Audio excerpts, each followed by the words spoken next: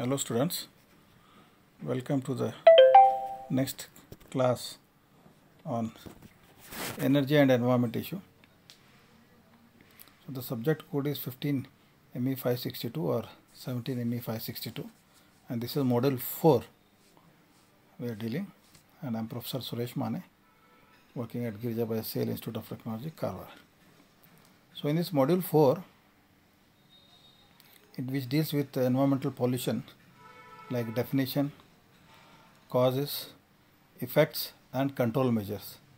So we are going to see what are the cause, what are the effects and what are the control measures for air pollution, water pollution, soil pollution, marine pollution, noise pollution, thermal pollution and nuclear hazards.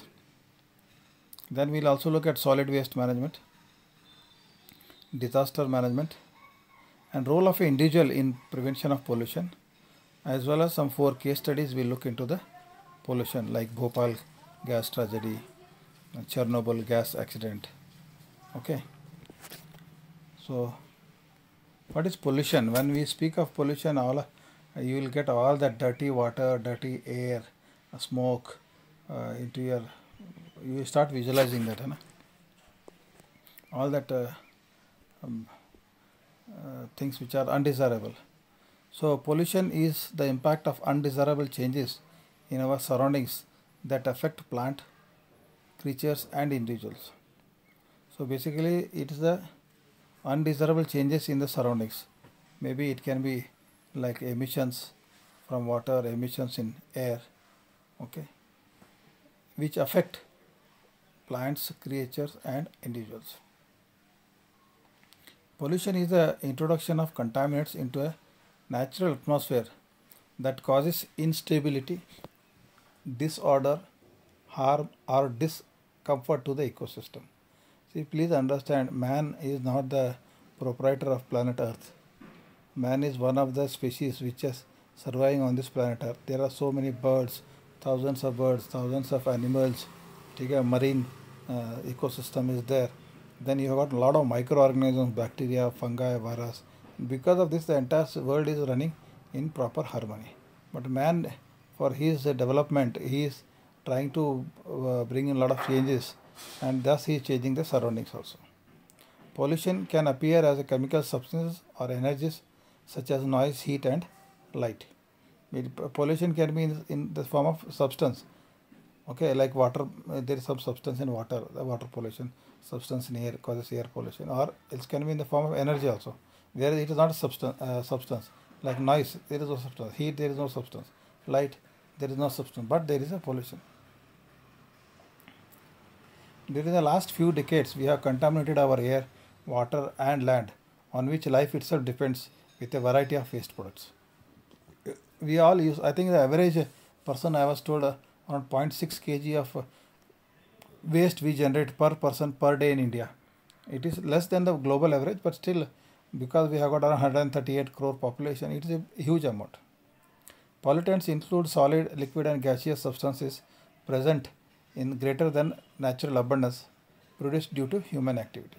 So this most of the pollutants, whether solid, liquid or gaseous, okay, they are produced by human activity, which have a detrimental effect on our environment, which have a damaging effect or detrimental effect on our environment.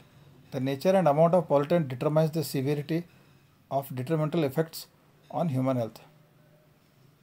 The quantity and quality of the pollutants, that determines the severity of damage it causes on the human health. See, I am sorry to say, it is not only human health, sir. It affects animals also. It affects birds also. Please understand. We are not the only custodians of planet Earth. So, and we are all living in harmony. All this, and to for humans to survive, we require birds, we require animals, everything. So let us not think that it is only damaging human. It is also damaging other biotic beings, be it fungus, microbes, bacteria, marine life, okay, small creatures, birds, animals, all. Even a small concentration of pollutants in air becomes more significant in comparison to the similar levels present in the food. Pollutants that enter water have the ability to spread to distant places, especially in the marine ecosystem. So what happens? Water flows from one place to another place. If there is a pollution, suppose a Dandeli paper mill is releasing some pollutant, so it will come down even to Karwar also, because the water river flows and then joins the ocean. What are the types of pollution? There is air pollution, water pollution, soil pollution, marine pollution, thermal pollution, nuclear pollution, light pollution, sound pollution. We will see some of these pollutions. In this discussion, we will look at air pollution only. So air pollution occurs due to the presence of undesirable solid or gaseous particles in the air in quantities that are harmful to human health and the environment. Air may get polluted by natural causes such as volcanoes, which release dust, ash, sulfur and other gases. See, by natural causes also, like volcanoes, eruptions will happen. They also cause a lot of pollution, but they happen once in a way. But our pollution of by emission from industries and vehicle transport, that is the highest. It is happening on a day-to-day basis, day and night basis rather. So let us see the sources of air pollution. Pollutants that are emitted directly from identifiable sources are produced both by natural events like volcanic eruptions and human activities, that is emissions from vehicles and industries. These are called as primary pollutants. There are 5 primary pollutants that together contribute to a large extent to air pollution. These are carbon oxides, that is CO and CO2, nitrogen oxides, sulfur oxides, VOC, volatile organic compounds, that is mostly hydrocarbons, and SPM, that is suspended particulate matter. Okay, the oxides of carbon, nitrogen, sulfur, VOC and SPM. These are the 5 group. Okay, and please understand this 5 group is known. I don't think still there will be many, but these are as of now these are known to us. Pollutants that are produced in the atmosphere when certain chemical reactions take place among the primary pollutants are called secondary pollutants. So what happens? For example, from your bike and car, we are releasing in a diesel car we are releasing SO2, sulfur dioxide, or when you are burning coal you are releasing sulfur dioxide. But this is a primary pollutant from a car. But when it goes to the atmosphere, it mixes with the clouds, then it falls down in the form of rain as a sulfuric acid. So these are known as secondary pollutants. Okay. Similarly, nitric oxides of nitrogen, they form nitric acid in the atmosphere, and in the rain it comes as a nitric acid. Similarly, oxides of carbon like carbon monoxide, carbon dioxide, they mix with water and become carbonic acid. So when they fall, this is known as like acid rain also. So carbon monoxide is a colorless, odorless and toxic gas produced when organic materials such as natural gas, coal or wood are incompletely burnt. See, when carbon C burns with oxygen, it releases CO2 when there is a complete combustion. But if there is not complete combustion, then it will release in C plus O, it will become only CO. So this is the incomplete combustion, and thus carbon monoxide is formed. Okay. Vehicular exhaust are the single largest source of carbon monoxide. So vehicle exhaust means your bike, car, everything comes into this. Sulfur oxides are produced when sulfur containing fossil fuels are burnt.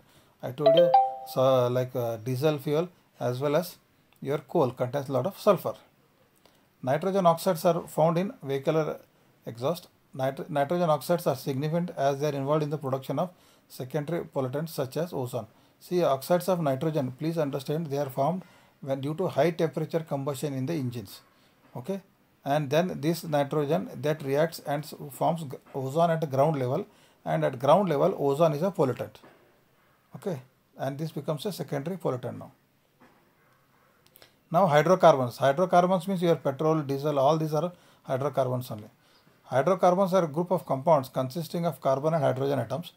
They either evaporate from fuel supplies or are remnants of fuel that do not burn completely. So what happens, especially when you put petrol in your tank or diesel in a tank, now there is some amount of escape due to evaporation. Okay, so this evaporation from your carburetor, from your engine or from your tank, that is known as evaporation of the hydrocarbons. Or it cannot burn. Sometimes what happens, 100% combustion may not, some part of the hydrocarbon may escape. Hydrocarbons are washed out of the air when it rains and run into surface water.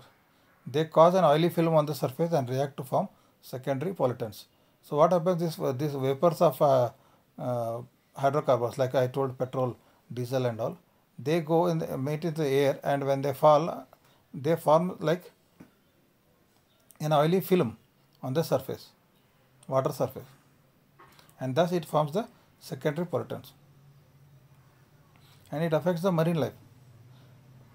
Then particulates are small solid materials, like I was telling, SPM, suspended particulate matter.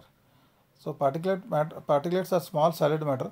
For example, smoke particles from fires, bits of asbestos, dust particles and ash from industries dispersed into the atmosphere. The effects of particulates range from soot to the carcinogenic. Carcinogenic means cancer causing. Effects of asbestos, dust particles and ash from industrial plants that are dispersed into the atmosphere. Okay. Repeated exposure to particulates can cause them to accumulate in the lungs and interfere with the ability of lungs to exchange gases. See, what happens is asbestos, especially, if it is indoors. Nowadays nobody have. In earlier days, people used to have them on rooftops. But this asbestos, when the dust comes, it will get into your lungs, and then in the lungs, it will inhibit the exchange of gases. In lungs, what we do, the air we breathe, we retain the oxygen and leave away the carbon dioxide. This gaseous exchange ability will be reduced because of the particles. These suspended particular matter, or we call that RSPM, respirable SPM, so suspended particulate matter. And lead is a major pollutant, which was actually, this is earlier days. Now I think in petrol bunks what you buy, it is almost lead-free petrol. So what are the effects of air pollution now? So it has effect on living organisms, it has got effect on plant, it has got effect on material also. I think you know this famous Taj Mahal case also. So living organisms, let us see. Prolonged exposure to air pollutants can break down natural defense of the body, causing or contributing to disease such as lung cancer, asthma, chronic bronchitis and emphysema. So what happens, especially this air pollution, it deals mainly with the respiratory things like lungs. So what are the problems with lungs? It can cause cancer, it can cause asthma, breathing problem, or chronic bronchitis, inflammation of the throat, lungs and all. Chronic exposure causes a condition similar to bronchitis. So suspended particles aggravate bronchitis and asthma. So if you inhale, especially, I don't know whether I observed, if you go and stand near a traffic signal in a city and all, you will get irritation and problem in respiration. Okay, because we stay in Karwar, this campus and all, we are not exposed to much pollution here. Exposure to these particles over a long period of time damages lung tissue and contributes to the development of chronic respiratory disease and even cancer. So long-term exposure, that leads to cancer basically. And what is the effect of air pollution on plants? When some gaseous pollutant enter leaf pores, they damage the leaves of the crops. So it is not only damaging humans, it is also damaging leaves of crops. Chronic exposure to the leaves to the air pollutants can break down the waxy coating that prevents excessive water loss and leads to damage from diseases, pests, drought and frost. So what happens if there is a chronic exposure, continuous exposure over a long period of time, then the coating on the leaves that gets damaged, and then this water which is there in the plant that will be lost to the atmosphere, and then it will invite disease, it will invite pest, drought as well as frost. Now materials you know very well. Air pollutants break down the exterior paint of car and bikes, houses everywhere. Okay, all around the world, air pollutants have discolored irreplaceable monuments like Taj Mahal, historic buildings, marble structures, etc. Okay, now having seen this impact of air pollution, let us look at the control measures, how we can control. One is prevention, and then second is effluent control, means after the emission is there, we will treat it. That is not effluent control. One of the effective means of controlling air pollution is to have proper equipment in place. This includes device for removal of pollutants from the flue gases through scrubbers, closed collection recovery systems, through which it is possible to collect the pollutants before they escape. Okay. Use of dry and wet collectors, filters, electrostatic precipitates, etc. So what happens? These are about industry, like industry, when power plant is there, the fly ash is going. So there is something called ESP. The dust is collected here. Okay, all the minor dust is collected. Similarly, you have got scrubbers also. The scrubbers, dry and wet scrubbers are there, so that whatever this suspended particulates are there, matter is there, that is all collected.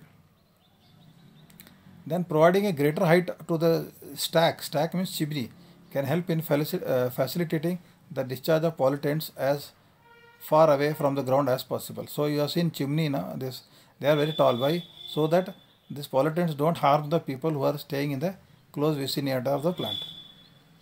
Industries should be located in places so as to minimize the effects of pollution after considering the topography and the wind directions. Especially in cities, industries should not be located, they should be located out of the city. So this even now let me discuss about pollution from your bikes also. This was about industrial pollution. In our bikes also we have got something called exhaust gas recirculation technology, EGR technology. Okay, so we are trying to reduce the formation of NOx in our bikes. Okay, that is why you can see exhaust tech. You see there will be a catalytic converter also in your bike. If you go through your bike manual, you will find there is a catalytic converter also. So we have control measures not only in industries but also in our automobiles also.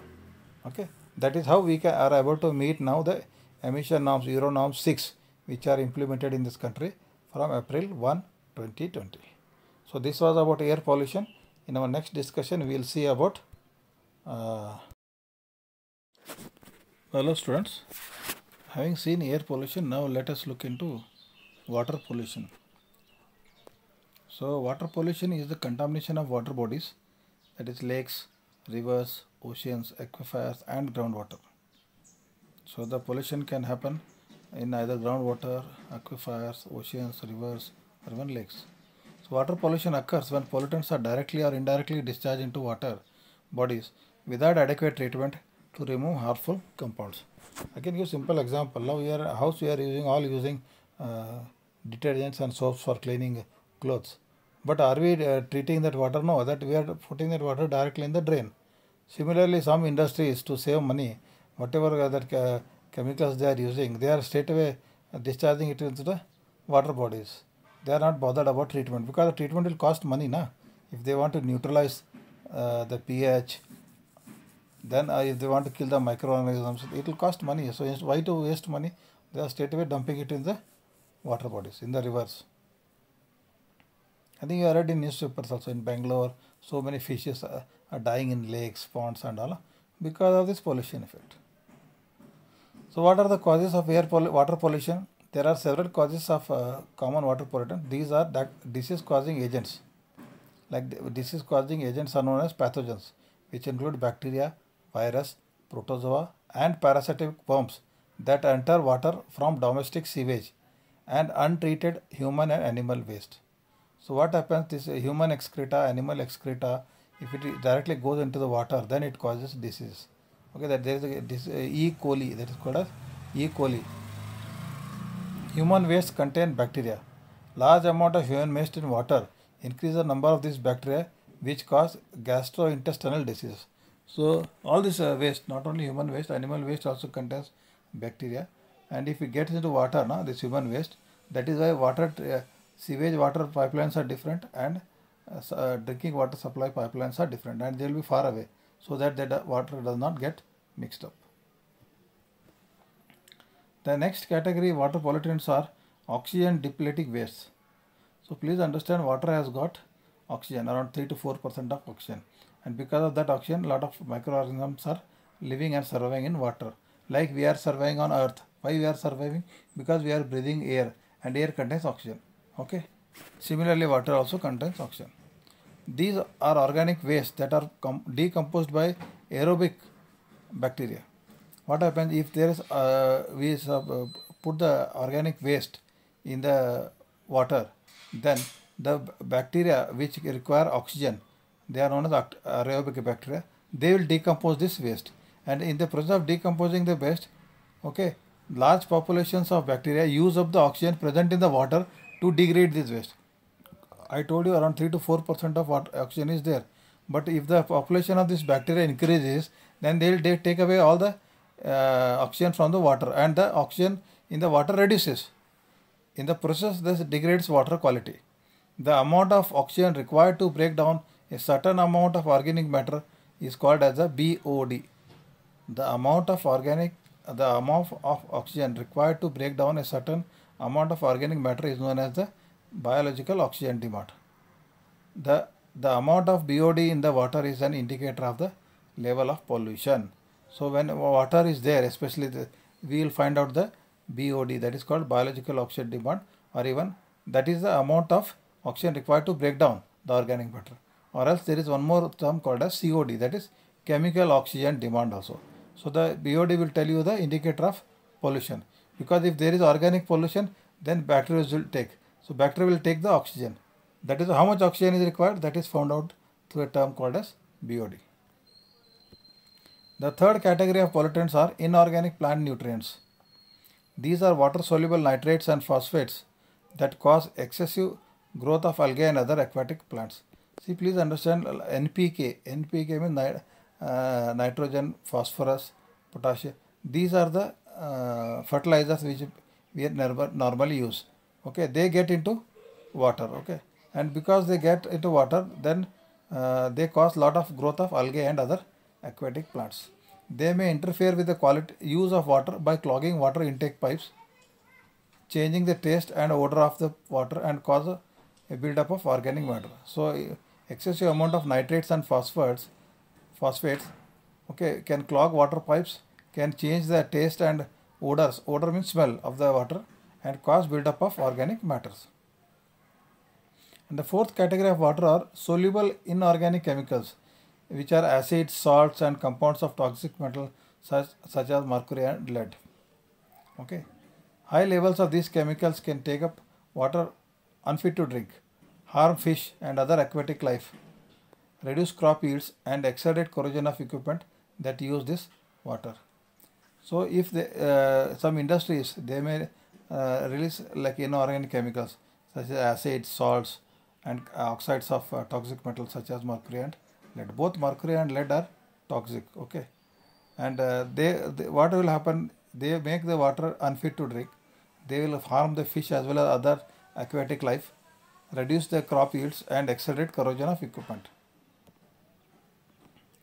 So now let us look at the effect of water pollution. The main problem caused by water pollution is that it kills organisms that depend on these water bodies. Okay, so for example, you take fish. If we are in a pond, there is fish, and we leave a lot of pollutants. What will happen? The fishes will die. Pollution disrupts the natural food chain as well. So the food chain is, we have seen in earlier discussion what is food chain. So this pollution disrupts the natural food chain. Pollutants such as lead and cadmium are eaten by tiny animals. Okay, so you should understand that these small chemicals like lead and cadmium are eaten by small animals. Later these animals are consumed by fish and shellfish. Okay, and the food chain continues to be disrupted at all higher levels. So this is the way, these pollutants end up in big fishes also. And nowadays you might have heard that some fishes do contain some amount of pollutants. Ecosystems can be severely changed or destroyed by the water pollution. Groundwater contamination from pesticide causes damage within wildlife in ecosystems. Sewage, fertilizer, and agriculture runoff contains organic matters that, when discharged into water, increase the growth of algae, which causes the depletion of oxygen. As we have discussed, formation of algae due to this nitrates and phosphates will increase the growth in algae, and that reduces the oxygen, because the oxygen is eaten away by the bacteria which decompose these things. The low oxygen levels are not able to support most indigenous organisms in the area, and therefore upset the natural ecological balance in rivers and lakes. Drinking contaminated water causes skin rashes and health problems like cancer, typhoid, fever, stomach sickness in humans. So we get problems like stomach problem, typhoid, fever, cancer, etc. Water pollution causes flooding due to accumulation of solid waste and soil erosion in streams and rivers. It can even cause floodings. You have seen recently. Oil spills in the water cause animals to die when they ingest or encounter it. So if oil spill is there, then whatever this marine aquatic life is there, they eat and they die. Oil does not dissolve in water, so it causes suffocation in fishes and birds. So if there is, suppose there is pond and there is water on the surface, that the oil will cover entire water, because oil is lighter than water, and so all these fishes inside will get suffocated. So now we will look at the control measures of water pollution. So the foremost necessity for prevention, setting up of effluent treatment plants and treating waste through these can reduce the pollution load on the recipient water. So there is something called ETP, effluent treatment plant, or sewage treatment. So you can have the look. So this is one central ETP. There are two types of plant. One is called ETP, that is effluent treatment plant used by industries, and another is STP, that is sewage treatment plant used by the municipal bodies. Okay, they both treat the water and they neutralize the water. They improve the oxygen level in the water, okay, by aeration, and then they make it whatever damaging effects are there, they will reduce and then release the water. Okay, and mostly it is recycled for non-potable uses like bathroom, gardens and all. So this is the figure of a ETP, that is effluent treatment plant. So if you look at pollution now, water pollution, it will not only go into the surface water, what we are seeing. Now you can see the aquifer and wells here. So this will not only, these pollutants will go into the surface water, but they will also go into groundwater. You can see tube wells. So this especially chemicals and all which are available, because water moves from one place to another place, and that is why the effect of transferring is more, like in the case of air pollution. See, please understand, whatever water we are having in the world, 97.5% is salt water, that is in oceans. We can't drink that. Again, ocean water contains around 4% of salt. The fresh water is only 2.5%. Okay.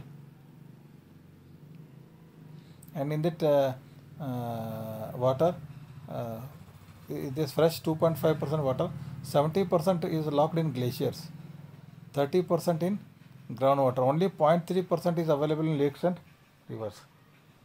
So there is a fine balance.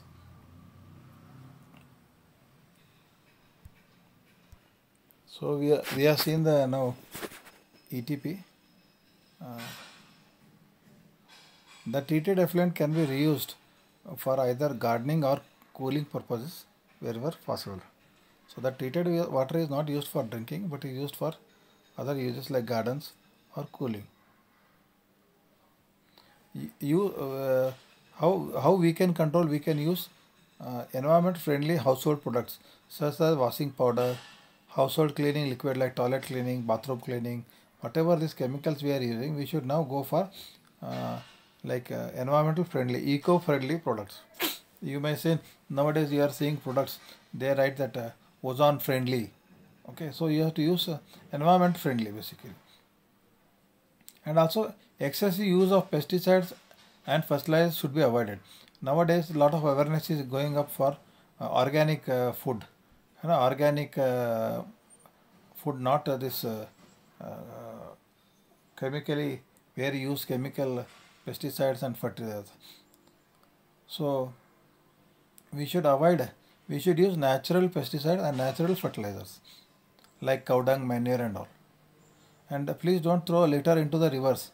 You have seen lot of pollution, plastic and all other things in the rivers, oceans and lakes, and dispose it in the designated bin. So whatever waste is there, like you go to the beaches, don't throw everything litter on the beach and come.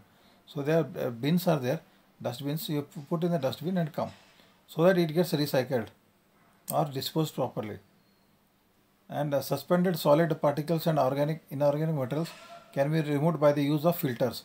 So if there are any suspended particles, like I have seen in the sewage treatment plant, when entire like Bangalore city I have seen, huge water gets into that. So there are bar screens are there. So bar screens will filter all the plastic bottles, cups, chappal, whatever this plastic rubber thing, it will remove that. Use of biological filters and processes can naturally degrade the organic waste material. So as we have seen, this organic material in the water bodies like lake and all, they take a lot of oxygen, and that's the quality of water gets spoiled. So instead of that, you can use biological filters so that the degradation of water does not happen, and they can degrade the organic waste material. So these are the few measures. So we should try to use the less number of chemicals, whatever it is, and do not throw this plastic and other material wrapping materials in the beaches, in the cities. Only in the designated dustbins we should throw them. Okay, thank you. Hello students. Now in this discussion we shall look at soil pollution. Soil is a thin covering over the land consisting of a mixture of minerals, organic material, living organisms, air and water that together they support the growth of plant life. Soil varies in their content of clay, silt, sand and gravel. So basically this clay, silt, sand, they are all different sized particles. The relative amounts of the different size and types of mineral particles determine the soil texture. Soil erosion can be defined as the movement of surface litter and topsoil from one place to another. This happens due to rain, water, due to excessive rain, water takes away this topsoil. While erosion is a natural process often caused by wind and flowing water, it is greatly accelerated by human activities such as farming, construction, overgrazing by livestock means animals, cattle, burning of grass cover and deforestation. See, I would like to tell one important thing here. When it comes to soil pollution, I'd just like to show you this slide, biodiversity of life. Actually, on this planet Earth, like first is the highest biodiversity is 61% is arthropods. You can see that purple color right side. 61% is arthropods. Arthropods means all the ants, insects, bees, small crabs, all these kind of things. They come under the arthropods, which constitute 61% of biodiversity. Okay, this all. So these are, and you can see even next like turtles, tortoise, okay, fungi 6%, mammals. Man is a mammal, so man comes under only 0.3%. Okay, green plants 15%, lizards and snakes. So please understand this. Most of these lizards and snakes, bacteria, all these plants, they all live on the soil. So please understand, soil is very important. We are not able to understand and appreciate the importance of soil. Okay, and this when you say pollution not only affecting man. See here, there in this biodiversity chart you can see so many species are mentioned here. Okay, so definitely it is not only the man who is affected, even plants, even insects, mammals, fungi, turtles and tortoises, lizards and snakes, everything. Now we shall, having seen the importance of soil and all the biodiversity which survives on this soil, let us see the causes and effects of soil pollution. The loss of the topsoil makes the soil less fertile and reduces its water holding capacity. The topsoil which is washed away also contributes to water pollution, clogging lakes, increasing turbidity of water, and also leads to loss of aquatic life. So again here also due to the pollution, the topsoil which gets washed away, it causes water pollution and also leads to the loss of aquatic life.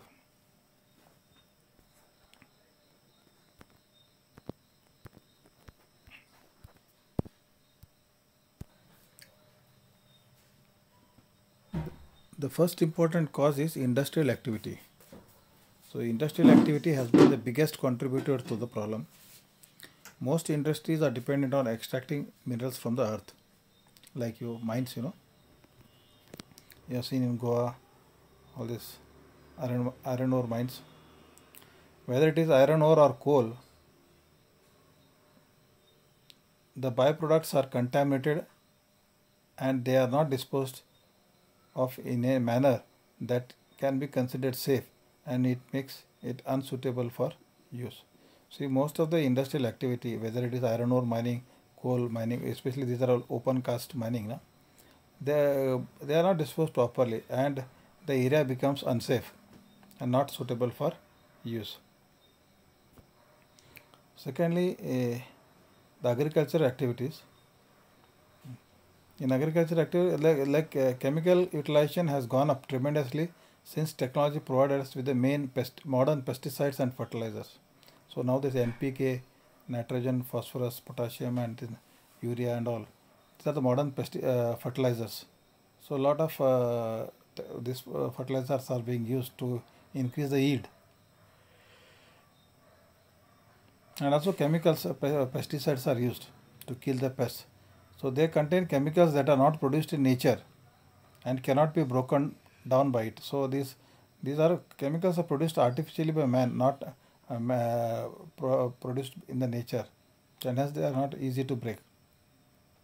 As a result, they seep into the ground after they mix with water and slowly reduce the fertility of the soil. I think you might have seen, if you see your own villages, your own farms and all, you will find that the fertility over the years has gone down.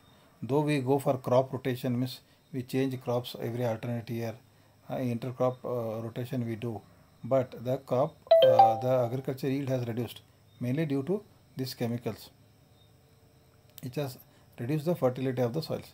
Other chemicals damage the composition of the soil and make it easier to erode by water. Plants absorb many of these pesticides, and when they decompose, they cause soil pollution since they become a part of the land. These small plants, shrubs and all, when they die, they get decomposed, they become the soil. But because they absorb a lot of pesticides themselves, they also lead to the pollution. So the after industrial activity, then comes the agricultural activity, and third is the waste disposal. While industrial waste is sure to cause contamination, there is another way in which we are adding to the pollution. Every human produces certain amount of waste products by way or defecation, means you are going to washroom. No? While much of it moves into the sewer with the system, there is also a large amount that is dumped directly into the landfills.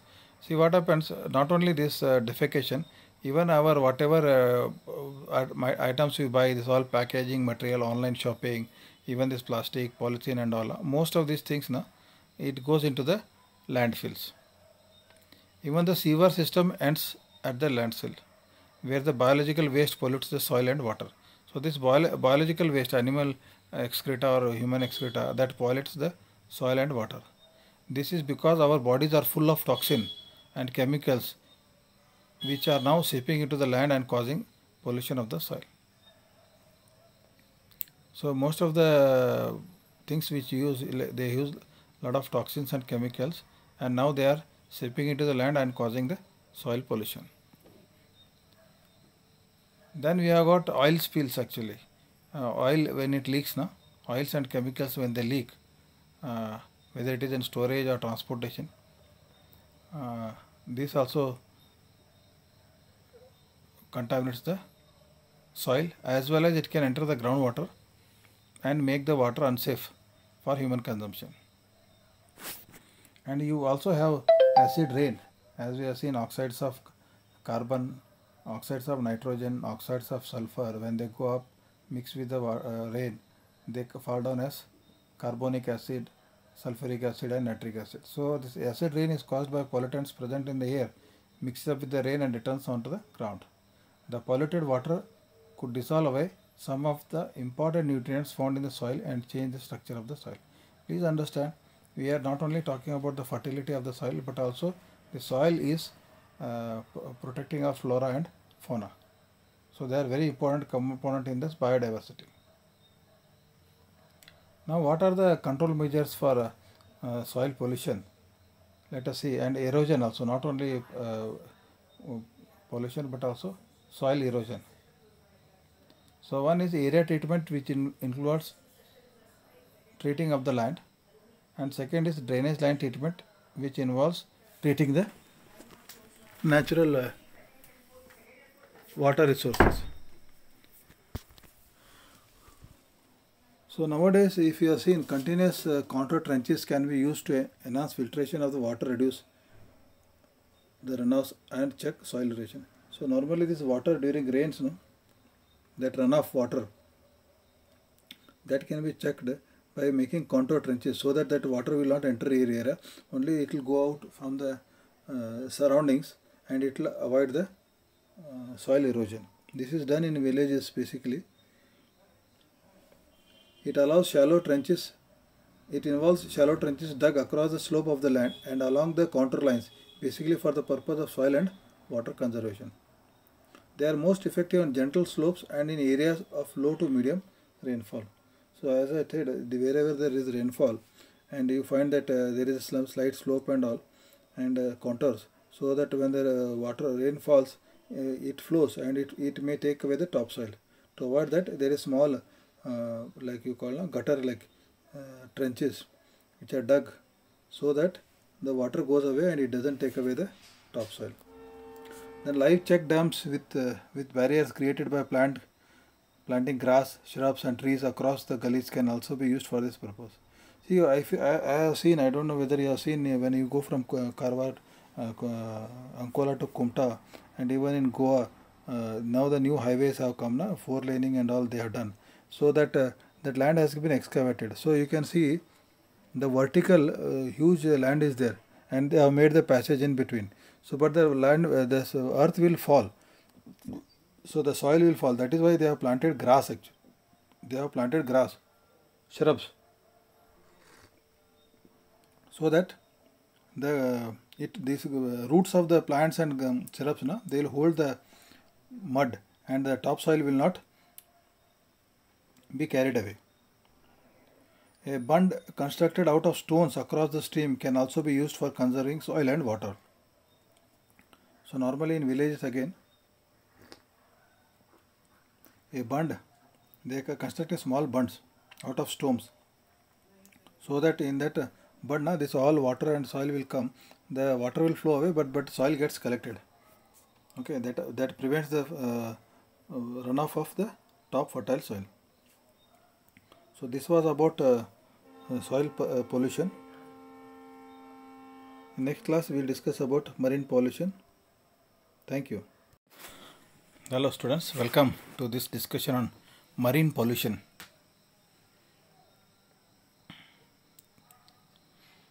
Marine pollution is defined as the discharge of waste substances into the sea, resulting in harm to living resources, hazards to human health, hindrance to fishery, and impairment of quality for use of seawater.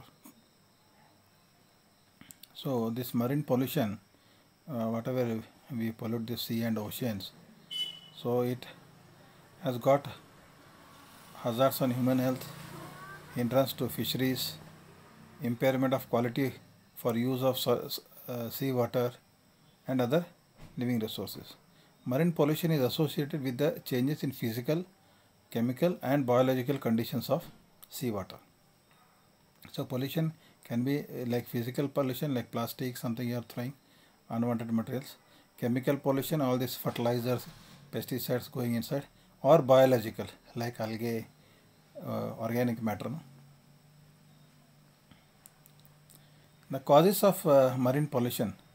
The most obvious inputs of waste are through pipes directly discharging waste into the sea. So you might have seen A lot of industries, they have could put pipeline directly into the sea. Okay, the municipal solid waste goes and sewage from the residents and hotels in coastal towns are directly discharged into the sea. If you find industries, no, they discharge effluents into the sea directly, which are located in the coastal area like Goa, Karwar, this Ankola. These are all coastal belt. No? So industries, municipalities, even residences, hotels, they discharge pesticides and fertilizers from agriculture, which are washed off uh, the land by rain, enter water courses and eventually reach the sea. So this whatever fertilizers and pesticides people use due to monsoon, the rains, it will enter the water courses and it will go to the rivers and ultimately end up in the sea. Petroleum and oils washed off from the roads enter the sewage system. When storm water overflows, these materials are carried into rivers and eventually into the seas. Now the ship accidents which happen and accident spillage in the sea can be very damaging to the marine environment. You might have heard of that Exxon oil spill, huge oil spill was there, oil tanker. So such things are regularly, even small tankers, they are not coming to the limelight, but they cause lot of damage to the marine environment. They may contain heavy metals and other contaminants are often dumped out into the sea. Like heavy metals we have seen lead, mercury and all, no? Cadmium. They are dangerous and they are sometimes dumped into the sea. Even offshore oil exploration like Bombay High, in India we have got Bombay High, na, in the water. So that causes pollution to the sea water to a large extent.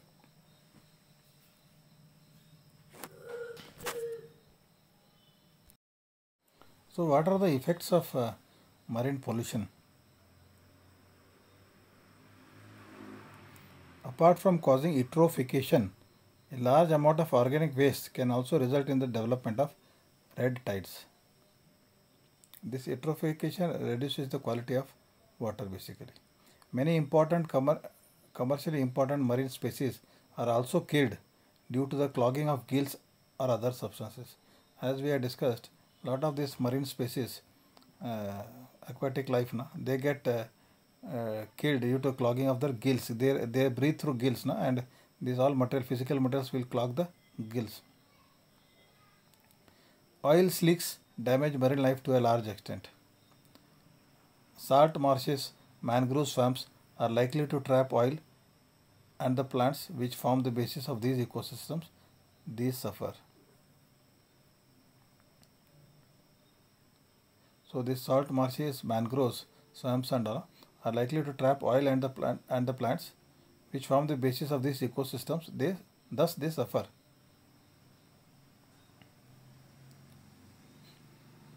So what are the control measures for marine pollution?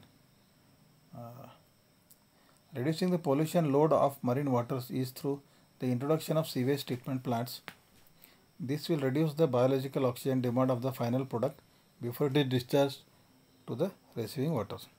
So as we have discussed, biological oxygen demand means when there are organic matter in the water and this bacteria which thrive and treat that, they consume lot of oxygen from the water. So the oxygen in the water gets reduced. So this is known as biological oxygen demand, which is required to oxidize the organic matter. So sewage treatment plants, like for our municipality waste, that sewage treatment plants are there which take care of treatment of the water. So now when comes to treatment, primary treatment and secondary treatment. So primary treatment, these treatment plants use physical processes such as screening and sedimentation to remove pollutants that will settle, float or that are too large to pass through a simple screening device. Very simple it is. See, now one is screening. Screening means now you are drinking tea sometimes. So what happens? The tea powder, you will screen it, na? So the tea powder doesn't enter your cup. That is physical screening. I told you about the bar screens in the ETP. In small house, we have got this filters. strainers, but in for this municipality use, they have got some large steel screening so that all the physical plastic bottles, this uh, all unwanted material which is carried away by water is screened. And then the second is sedimentation. Sedimentation is simple process. They have got big tanks. They'll allow the water to settle. So what happens? The heavy things, they'll settle down. All the heavy material in the water will settle down. This is known as sedimentation. Okay, and even as when they allow the water to stand still in the large tanks, if any oil is there, that will float, or any some small plastic materials are there, that will float. So that is skimmed out, that is taken from the surface itself. So this is primary treatment. After screening, the wastewater passes through a grit chamber. The detention time is chosen to be long enough to allow lighter organic matter to settle. Okay, so it passes through a grit chamber where the lighter organic matter is allowed to settle. From the grit chamber, the sewage passes into a primary settling tank, also known as sedimentation tank, where the flow speed is reduced sufficiently to allow most of the suspended solids to settle down by gravity. This sedimentation means you allow things to settle down by gravity. Okay. If the waste is to undergo only primary treatment, then it is then chlorinated to destroy bacteria and control odors which the effluent is released. Please understand, whatever this water is there, domestic sewage, the municipality sewage, it contains bacteria. So these are never released directly. They have to be chlorinated to kill the bacteria. Otherwise, they will cause lot of harm. Okay. If it is, this is in only primary treatment is used, but mostly there is secondary treatment also. So secondary treatment, the main objective of secondary treatment is to remove most of the BOD. So here we want to remove the BOD, and how to remove the BOD? There are three commonly used approaches. One is trickling filters, activated sludge process, and the oxidation ponds. We will see this three processes in detail. A trickling filter consists of a rotating drum distributing arm that sprays liquid wastewater over a circular bed of fist-sized rocks or other coarse metal. The spaces between the rocks allow air to circulate easily so that aerobic conditions can be maintained. The individual rocks in the bed are covered with a layer of slime which consists of bacteria, fungi, algae, etc. which degrade the waste trickling into the bed. So trickling filter means slowly it is getting down. So it has got rocks actually, like size of our fist. Okay, so that is distributed, and on this water is made to flow. So what happens? It is sprayed. So first spraying, what happens? The air will circulate in the fish side rocks so that aerobic conditions are maintained, means air is available there. Okay, and these rocks are covered with, the rock bed is covered with slime, which consists of bacteria, fungi, algae, etc., which degrade the waste trickling into the bed. Any organic waste is there, then these things will take care. In the activated sludge process, the sewage is pumped into a large tank and mixed for several hours with bacteria-rich sludge and the air bubbles to facilitate degradation by microorganisms. The water then goes into the sedimentation tank where most of the microorganisms settle out as sludge. See, activated sludge means the sewage is pumped into a large tank and it is mixed with the bacteria-rich sludge and air bubbles to facilitate degradation by again this degradation of microorganisms means bacteria only. Okay, so these bacteria, they will eat away the organic matter in that, and then this water will be going to the sedimentation tank where it will settle down and the microorganisms will settle down and they are again recycled. The oxidation ponds are large shallow ponds approximately 1 to 2 meter deep where raw and partially treated water is decomposed by the organisms. Oxidation ponds means actually it is open to the air. Okay, they are not very deep, 1 or 2 meters deep only. So here this treated water is decomposed by the microorganisms, and even These oxidation ponds, there can be aeration also. They may spray the water also on the top, so that the air, when it gets sprinkled onto the top, when it is falling down, it will take that oxygen from this water particles will take the oxygen from the air. Okay, and then what we have seen, oxidation means these microorganisms, they also decompose the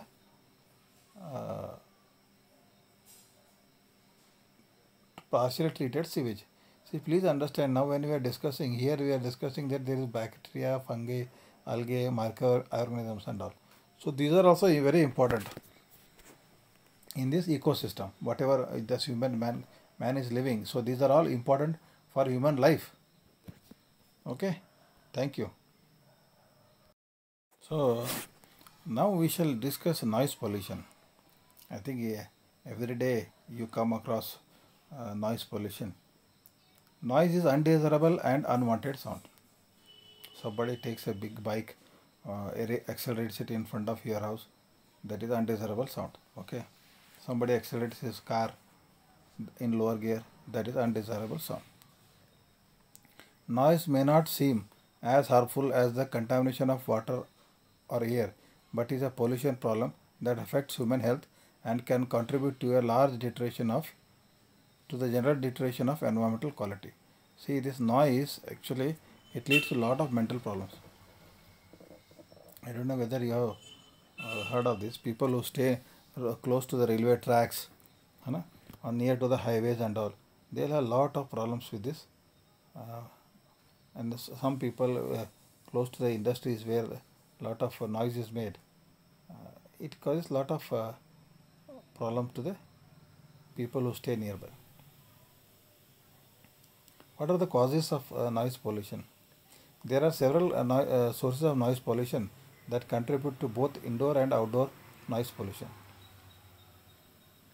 Noise emanating from factories, vehicles, playing of loudspeakers during various festivals can contribute to outside noise pollution, while loudly played radio or music systems and other electronic gadgets can contribute to indoor noise pollution. So noise pollution can be from external sources or in your house also. If your house you are playing TV, music, all the DJ sound and all, it can cause problem to some people. Okay, this is undesirable. See, some people may like it, some people may not like it in the same house. So those who do not like it, it becomes a pollution to them. And external pollution can be from factories, vehicles or loudspeakers. So what are the effects of noise pollution? The most direct harmful effect of excessive noise is physical damage to the ear and the temporary or permanent hearing loss. So what happens, nowadays even a lot of students use a lot of earphones and also they can damage the ear and cause loss, that is temporary or permanent loss of hearing. See, whatever I am speaking now, you are able to hear because the sound is almost 50 to 60 decibels. Okay, so below a sound level of 80 decibel, the decibel is the units for measuring the sound. Okay, so below a sound level of 80 decibel, hearing loss does not occur at all. So as I said, this what you are hearing, you may be hearing at 50 to 60 decibel only, so it will not cause any problem. However, temporary effects are noticed at sound levels higher than that. 80, more than 80 is 100, 120 decibels and all, it causes problems. Not only physical problems, it causes mental problems also. Okay, a lot of people are having headaches, migraines and all because of noise pollution. Then how to reduce the noise pollution? There are 4 fundamental ways in which noise can be controlled. Reduce noise at the source, block the path of the noise, increase the path length and protect the recipient. For example, now I am recording this lecture. My wife is grinding in the mixie. So that noise was coming. So what I have done, I have closed my bedroom door. So what I have blocked the path of the noise.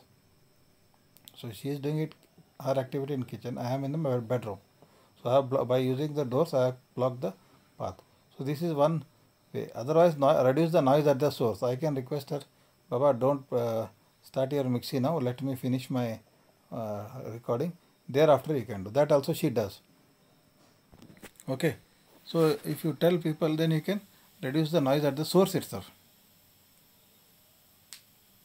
I think you can hear that mixie running now slowly.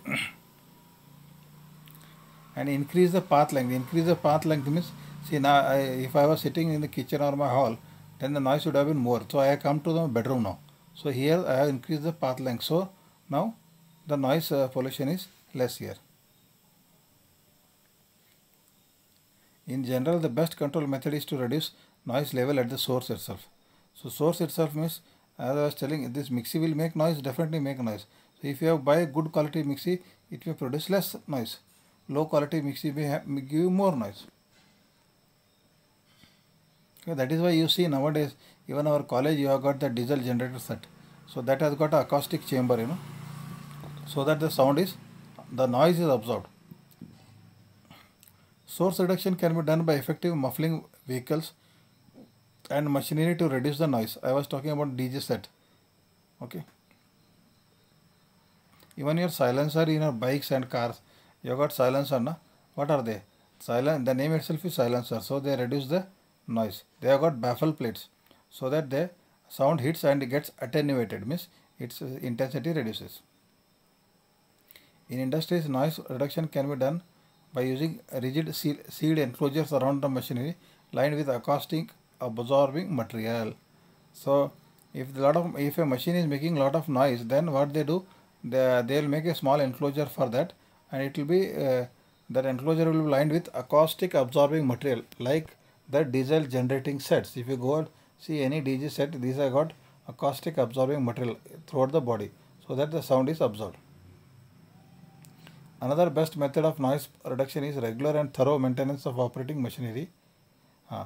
If you have seen your fans, all these rotating motors, pumps and all, they make noise because they are rotating by virtue of their rotation. So if you lubricate them properly, if you put that oil, the friction is reduced, and because of friction, the noise also is reduced. I think this you might have seen in our college water pump also. When it was running, it was making a lot of noise. So we have provided a lubrication to the bearing. Now the noise gets reduced. Okay, noise level at construction site can be controlled using proper construction planning and scheduling techniques. See, this planning and scheduling means what they do, see, people are staying in the locality. So if construction is happening, then they start the construction after 10 o'clock and finish it before 5 o'clock. So that when people are out for their office or house, or schools and all, that time the construction activity is undertaken. And not only that, you might have seen when they are planning for construction, they put big sheets so that the sound is not heard to the outside people. That kind of planning is done at the construction sites also. Now we shall look at thermal pollution. Thermal pollution is the act of altering the temperature of the natural water body, which may be river, lake or a ocean environment. Suppose you have got Kaiga power plant here now. Okay, nuclear power plant. So they are using water for the cooling, and that hot warm water they are sending it to the river. Okay, so this is thermal pollution, but they have got taken steps. I will explain it subsequently. The discharge of warm water into river is usually called thermal pollution. Okay, and mostly it happens in industries and these power plants. Cause of thermal pollution: it occurs when an industry removes water from a source, uses the water for cooling purpose, and returns the heated water to the source. Power plants water heater to convert it into steam to drive the turbines that generate electricity. The steam is condensed into the water when it leaves the turbine. See, power plants, what we do, you take water, convert into steam. That steam drives the turbines which generate electricity. The steam is condensed and again sent back to the boiler, where it is converted into steam. This condensation of steam is done by taking water from the water body to absorb the heat. Like I was telling, this Kaiga nuclear power plant. So that is situated close to this Kali river. They take the water from the Kali river. This heated water is discharged back into the water body. This condition chiefly arises from the waste heat generated by industrial process, such as certain power generation plants. There can be significant environmental consequences of thermal pollution with respect to surface receiving water such as rivers and lakes. In particular, decrease of biodiversity and creation of environment hospitable to alien aquatic species may occur.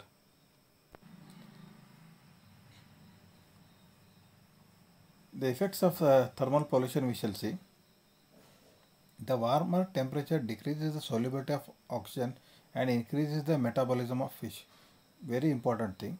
See what happens as the temperature of water increases, the solubility of oxygen in the water reduces. I already told you water will have around 3 to 4% of oxygen. So if the temperature increases, that oxygen reduces. Dissolved, that is known as dissolved oxygen, and that will damage the aquatic life.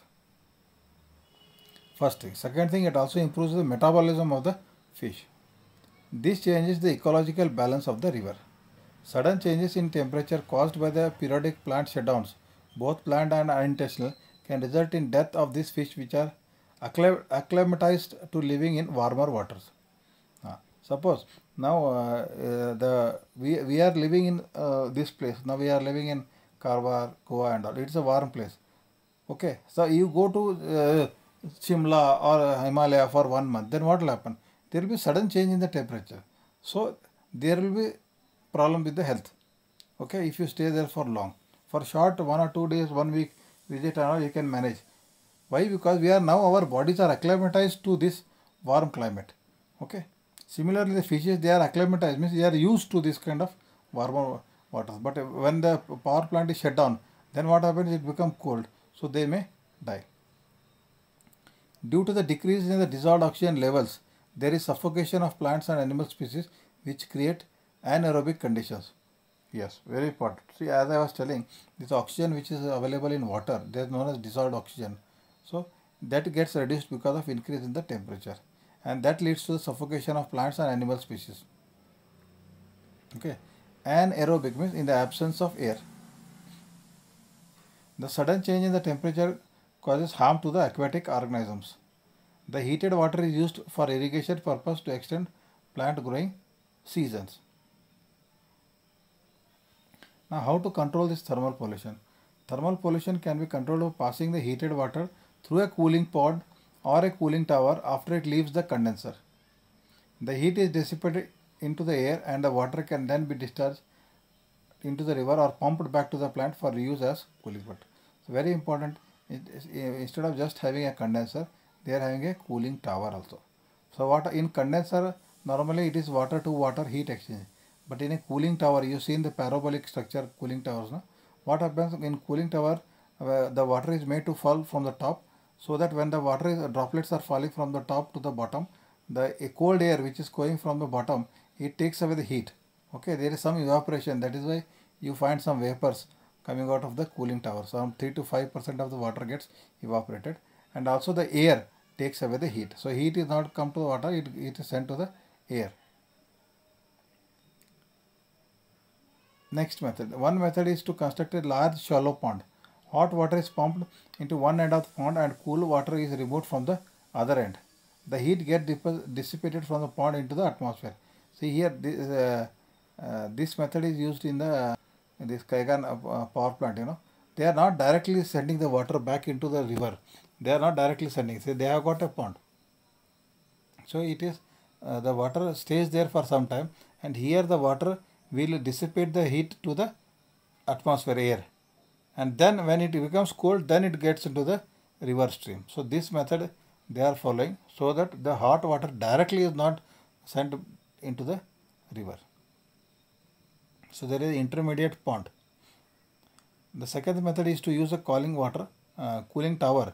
Here warm water is coming from the condenser is sprayed downward over vertical sheets or baffles where the water flows into the thin films.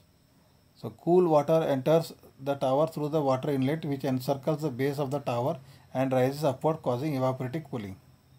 So as I was telling, this parabolic cooling towers, which are huge buildings you might have seen, where small water vapors are coming out. So they are used here. The water will give away the heat to the air. The waste heat is dissipated to the atmosphere about 100 meters above the base of the tower. The cool water is collected at the floor of the tower and recycled back to the power plant. So as I told, the water flows from the top to the bottom. When it is falling from top to the bottom, okay, and the air is flowing from bottom to the top. So this way, it is a counter flow like, and it is a very there is nothing, no technology involved here. Water is falling from the top. They have got a platform there. It will have baffles, and water flows in the form of droplets or films. Okay, and the cool water which enters from the bottom rises to the top. That is why the hyperbolic structure is provided for natural convection. There is no fan involved here. So this is like natural cooling tower. Otherwise, some cooling towers may also have fans. That is known as forced draft cooling towers. Okay. So, thank you. Hello students, welcome to this discussion on marine pollution.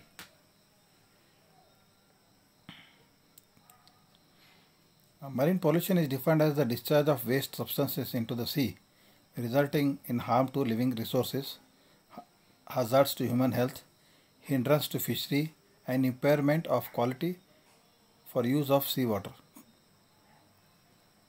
So this marine pollution, whatever we pollute the sea and oceans, so it has got hazards on human health, hindrance to fisheries, impairment of quality for use of seawater and other living resources. Marine pollution is associated with the changes in physical, chemical and biological conditions of seawater.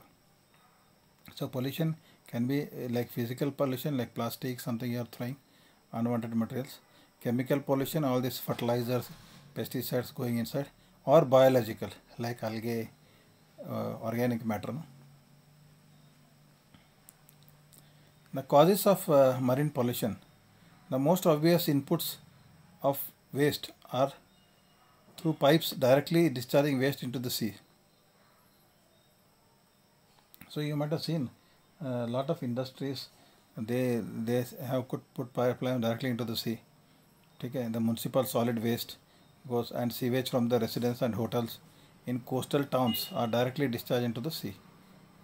If you find industries, they discharge effluents into the sea directly, which are located in the coastal area like Goa, Karwar, Ankola. These are all coastal belt. So industries, municipalities, even residences, hotels, they discharge. Pesticides and fertilizers from agriculture, which are washed off the land by rain, enter water courses and eventually reach the sea. So this whatever fertilizers and pesticides people use, due to monsoon, the rains, it will enter the water courses and it will go to the rivers and ultimately end up in the sea. Petroleum and oils washed off from the roads enter the sewage system. When storm water overflows, these materials are carried into rivers and eventually into the seas. Now the ship accidents which happen and accident spillage in the sea can be very damaging to the marine environment. You might have heard of that Exxon oil spill, huge oil spill was there, oil tanker. So such things are regularly, even small tankers, they are not coming to the limelight, but they cause lot of damage to the marine environment. They may contain heavy metals and other contaminants are often dumped out into the sea. Like heavy metals we have seen lead, mercury and all, cadmium. They are dangerous and they are sometimes dumped into the sea. Even offshore oil exploration, like Bombay High, in India we have got Bombay High in the water. So that causes pollution to the seawater to a large extent.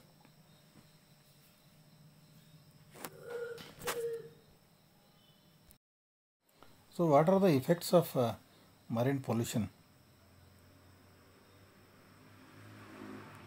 Apart from causing eutrophication, a large amount of organic waste can also result in the development of red tides.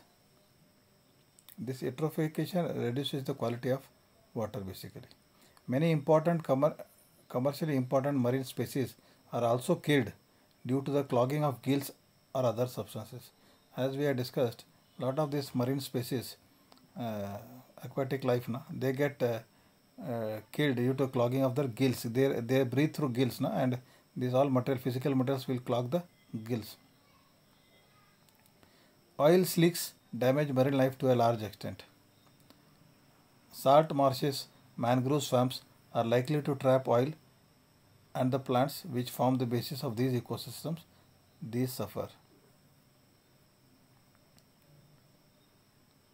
So these salt marshes, mangroves, swamps and all are likely to trap oil and the plants which form the basis of these ecosystems. Thus they suffer.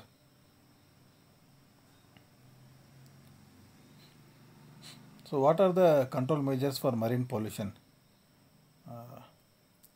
Reducing the pollution load of marine waters is through the introduction of sewage treatment plants. This will reduce the biological oxygen demand of the final product before it is discharged to the receiving waters.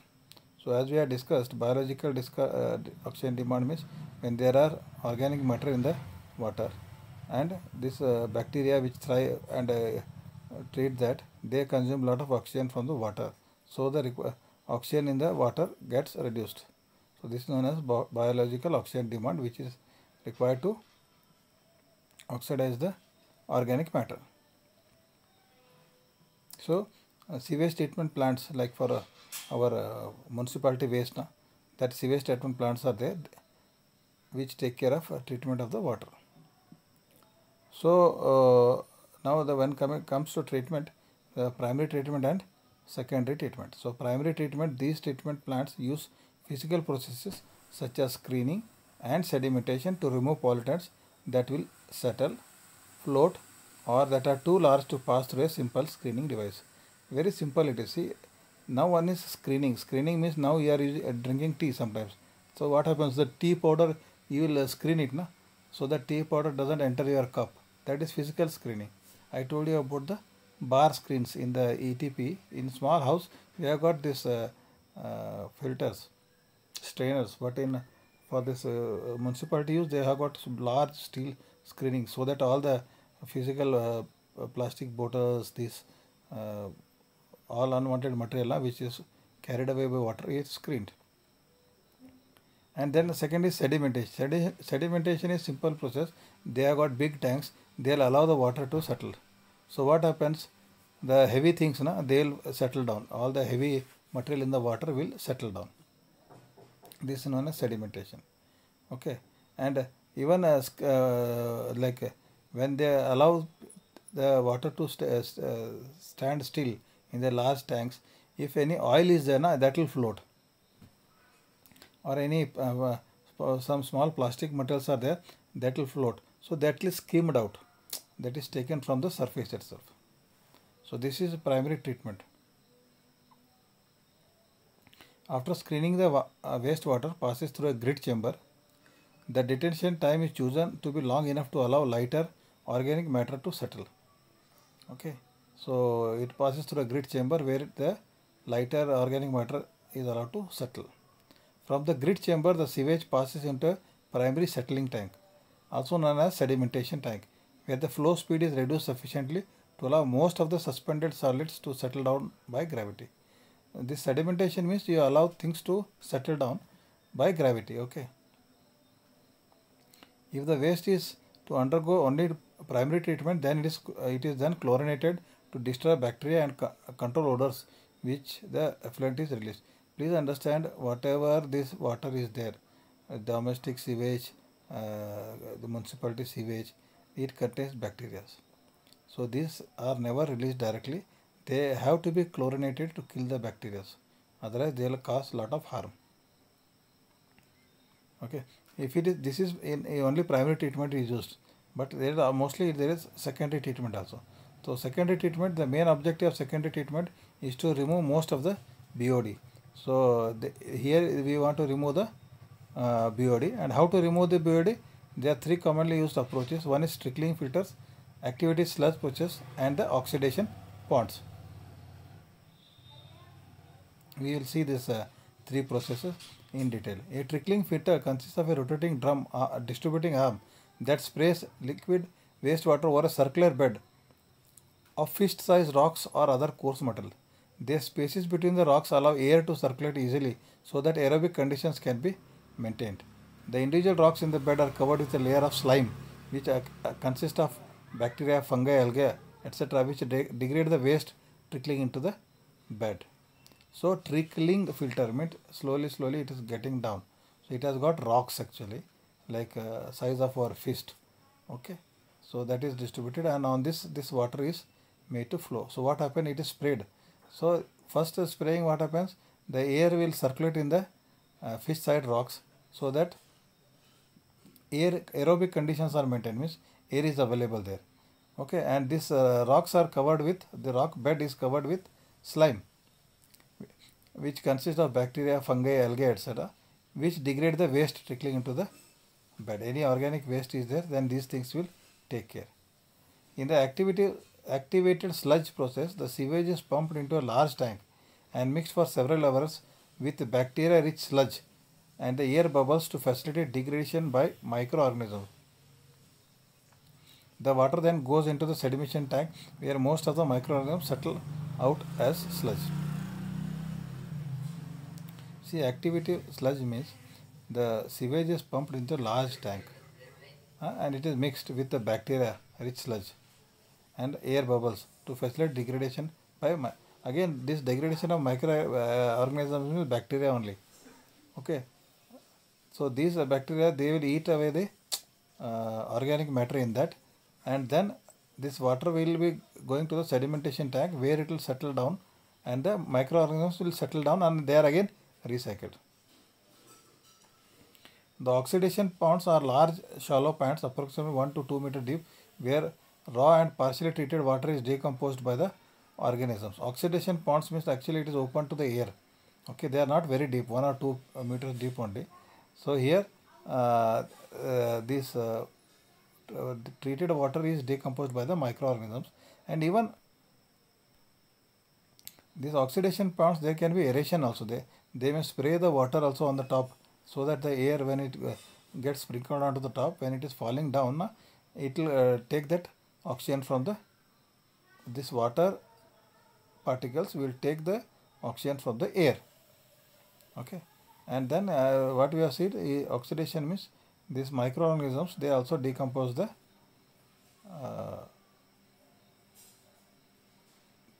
partially treated sewage. See, please understand, now when we are discussing here, we are discussing that there is bacteria, fungi, algae, microorganisms and all. So these are also very important in this ecosystem, whatever this man is living. So these are all important for human life. Okay, thank you. Hello students, welcome to this discussion on marine pollution.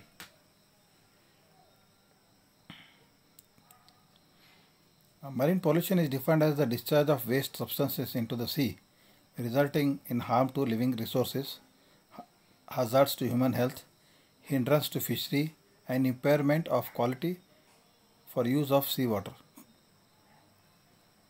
So this marine pollution, whatever we pollute the sea and oceans, so it has got hazards on human health, hindrance to fisheries, impairment of quality for use of seawater and other living resources. Marine pollution is associated with the changes in physical, chemical and biological conditions of seawater. So pollution can be like physical pollution, like plastic, something you are throwing, unwanted materials. Chemical pollution, all these fertilizers, pesticides going inside, or biological, like algae, organic matter. The causes of marine pollution. The most obvious inputs of waste are through pipes directly discharging waste into the sea. So you might have seen a lot of industries, they have put pipeline directly into the sea. Okay, the municipal solid waste goes, and sewage from the residents and hotels in coastal towns are directly discharged into the sea. If you find industries, they discharge effluents into the sea directly, which are located in the coastal area like Goa, Karwar, Ankola. These are all coastal belt.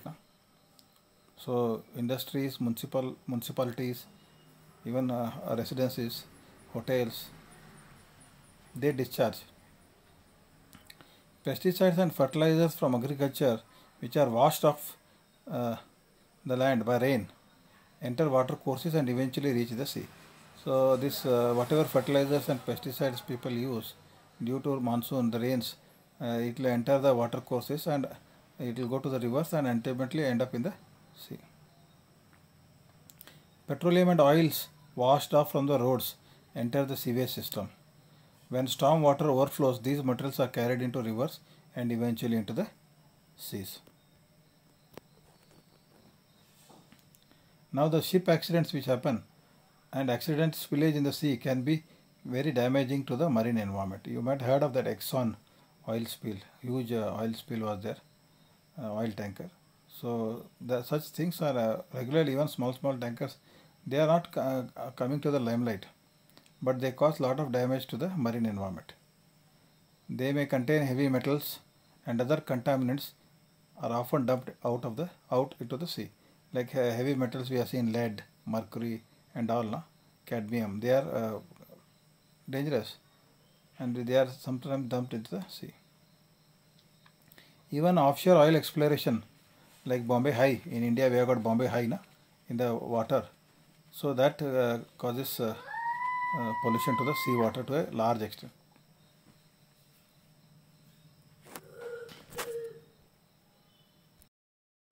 So what are the effects of marine pollution?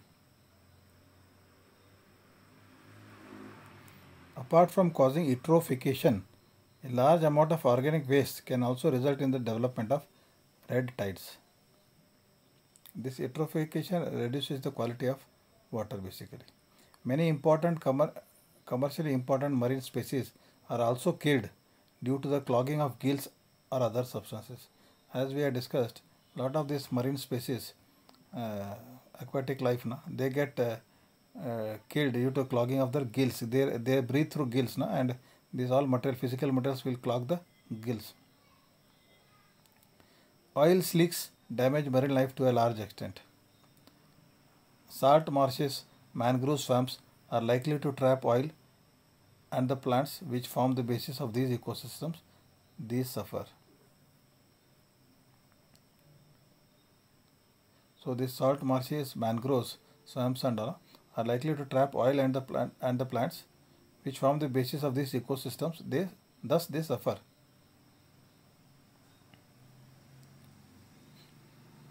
So what are the control measures for marine pollution? Reducing the pollution load of marine waters is through the introduction of sewage treatment plants. This will reduce the biological oxygen demand of the final product before it is discharged to the receiving waters. So as we have discussed, biological oxygen demand means when there are organic matter in the water and this bacteria which thrive and treat that, they consume lot of oxygen from the water. So the oxygen in the water gets reduced. So this is known as biological oxygen demand, which is required to oxidize the organic matter. So sewage treatment plants, like for our municipality waste, that sewage treatment plants are there which take care of treatment of the water. So now when comes to treatment, primary treatment and secondary treatment. So primary treatment, these treatment plants use physical processes such as screening and sedimentation to remove pollutants that will settle, float or that are too large to pass through a simple screening device. Very simple it is. See, now one is screening. Screening means now you are drinking tea sometimes. So what happens? The tea powder, you will screen it, so that tea powder doesn't enter your cup. That is physical screening. I told you about the bar screens in the ETP. In small house, we have got this filters, strainers, but for this municipality use, they have got large steel screening so that all the physical plastic bottles, this all unwanted material which is carried away by water is screened. And then the second is sedimentation. Sedimentation is simple process. They have got big tanks. They'll allow the water to settle. So what happens? The heavy things, they'll settle down. All the heavy material in the water will settle down. This is known as sedimentation. Okay. And Even as when they allow the water to stand still in the large tanks, if any oil is there, na, that will float, or any some small plastic materials are there, that will float. So that is skimmed out, that is taken from the surface itself. So this is primary treatment. After screening, the wastewater passes through a grit chamber. The detention time is chosen to be long enough to allow lighter organic matter to settle. Okay, so it passes through a grit chamber where the lighter organic matter is allowed to settle. From the grit chamber, the sewage passes into a primary settling tank, also known as sedimentation tank, where the flow speed is reduced sufficiently to allow most of the suspended solids to settle down by gravity. This sedimentation means you allow things to settle down by gravity. Okay. If the waste is to undergo only primary treatment, then it is then chlorinated to destroy bacteria and control odors which the effluent is released. Please understand, whatever this water is there, domestic sewage, the municipality sewage, it contains bacteria. So these are never released directly. They have to be chlorinated to kill the bacteria. Otherwise, they will cause lot of harm. Okay. If it is, this is in only primary treatment is used, but mostly there is secondary treatment also. So secondary treatment, the main objective of secondary treatment is to remove most of the BOD. So here we want to remove the BOD, and how to remove the BOD? There are three commonly used approaches. One is trickling filters, activated sludge process, and the oxidation ponds. We will see this three processes in detail. A trickling filter consists of a rotating drum distributing arm that sprays liquid wastewater over a circular bed of fist-sized rocks or other coarse metal. The spaces between the rocks allow air to circulate easily so that aerobic conditions can be maintained. The individual rocks in the bed are covered with a layer of slime which consists of bacteria, fungi, algae, etc. which degrade the waste trickling into the bed. So trickling filter means slowly it is getting down. So it has got rocks actually, like size of our fist. Okay, so that is distributed, and on this water is made to flow. So what happens? It is sprayed. So first spraying, what happens? The air will circulate in the fish side rocks so that aerobic conditions are maintained, means air is available there. Okay, and these rocks are covered with, the rock bed is covered with slime, which consists of bacteria, fungi, algae, etc., which degrade the waste trickling into the bed. Any organic waste is there, then these things will take care. In the activated sludge process, the sewage is pumped into a large tank and mixed for several hours with bacteria-rich sludge and the air bubbles to facilitate degradation by microorganisms. The water then goes into the sedimentation tank where most of the microorganisms settle out as sludge. See, activated sludge means the sewage is pumped into a large tank and it is mixed with the bacteria-rich sludge and air bubbles to facilitate degradation by again this degradation of microorganisms means bacteria only. Okay, so these bacteria, they will eat away the organic matter in that, and then this water will be going to the sedimentation tank where it will settle down and the microorganisms will settle down and they are again recycled. The oxidation ponds are large shallow ponds approximately 1 to 2 meter deep where raw and partially treated water is decomposed by the organisms. Oxidation ponds means actually it is open to the air. Okay, they are not very deep, 1 or 2 meters deep only. So here this treated water is decomposed by the microorganisms, and even these oxidation ponds, there can be aeration also. They may spray the water also on the top so that the air, when it gets sprinkled onto the top, when it is falling down, it will take that oxygen from this water particles will take the oxygen from the air. Okay, and then what we have seen, oxidation means these microorganisms, they also decompose the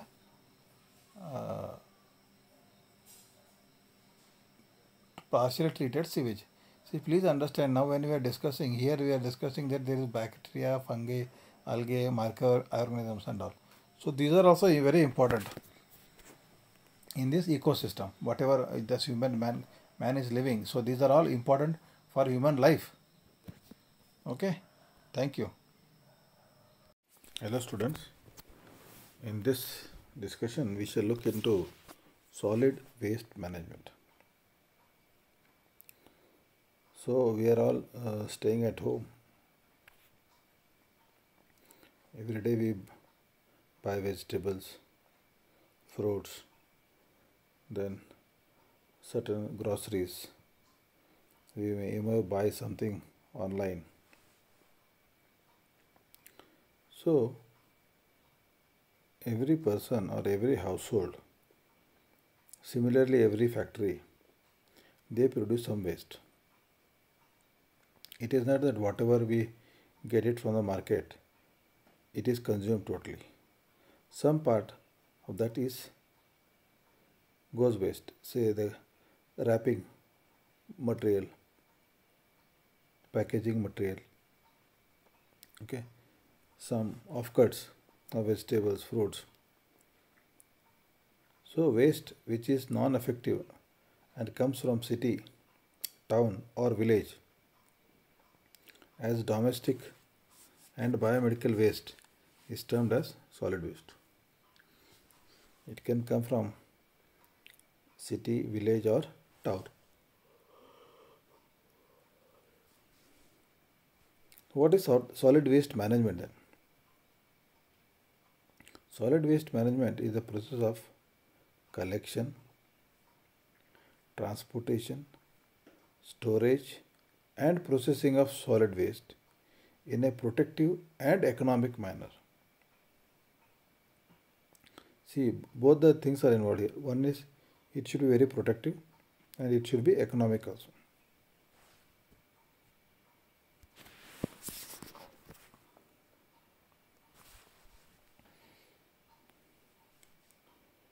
So what is the nature of the problem?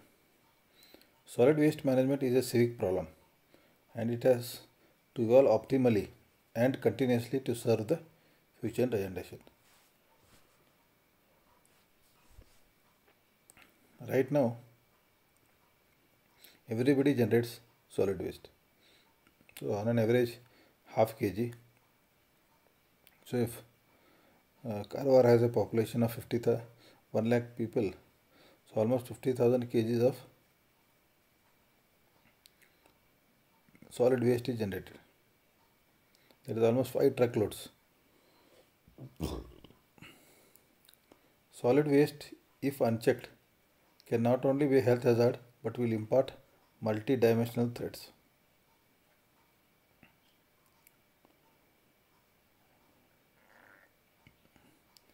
We need to reduce the solid waste or else it can lead to health hazards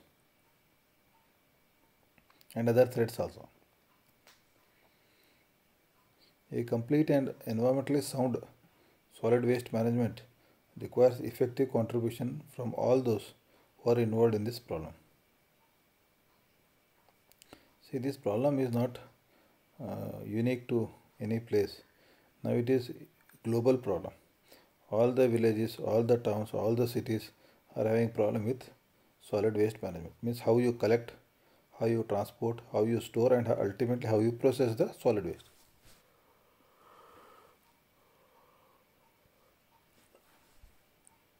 Everyone is involved in solid waste generation.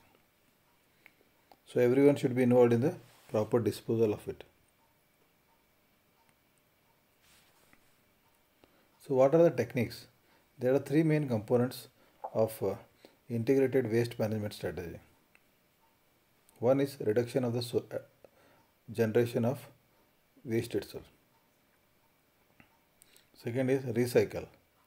Third is proper disposal. Source reduction is one of the fundamental ways to reduce waste. This can be done by using less material when making a product, reuse of the product on site, designing products or packaging to reduce their quantity. As I was telling, nowadays there is something called lean manufacturing. Okay, so use less material, do not waste the material. Secondly, reuse the products. Like you can take your shopping bag. If you have a fabric cloth bag, you can use it a number of times. But if you are using polythene bags, it is single use. So don't go for single use products. Okay. And then even packaging, when you buy online and all, lot of packaging comes. So that material goes waste. So it has to be packaged such a way that the material used is less.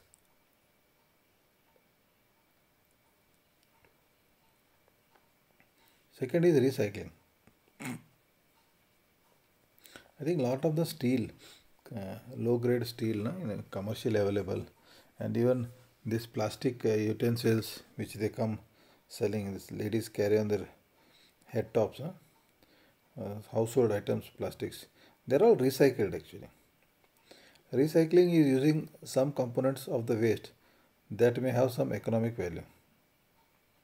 Even Dandali, I have seen one paper mill that is called Shreyas paper mill, where they take this all wrapper, this your empty boxes, packaging boxes, okay, all these things, waste, they take, process and make, again they make wrapping paper only. They recycle this brown cover. So recycling has readily visible benefits such as conservation of the resources, reduction in the energy used during manufacture, and reducing the pollution levels. So if, as I said, one paper mill, Shreyas paper mill in Dandeli, if they are recycling the paper, means otherwise you have to cut trees to make paper. So they are like saving the trees. Okay. Secondly, the production of paper from tree is more consumes more resources and more electricity or energy than recycling. Okay. Similarly, I was telling of recycled pots, buckets which are sold door to door, no? By these poor people, they come selling. So they are recycled plastics. So recycling is definitely conserves the resources as well as energy used in manufacture, and of course that is why it reduces the pollution levels also.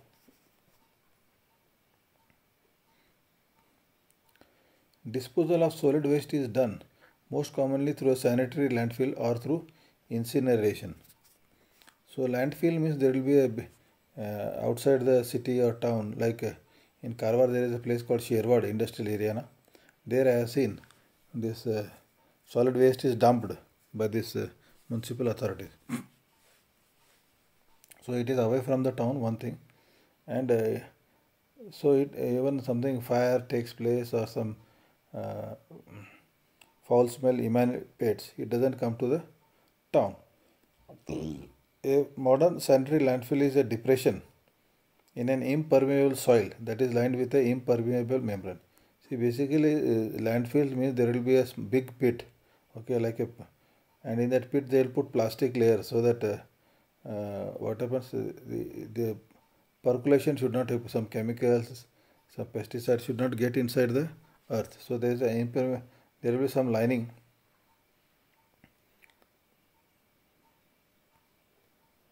You can see this reduce, recycle, reuse, plus rethink.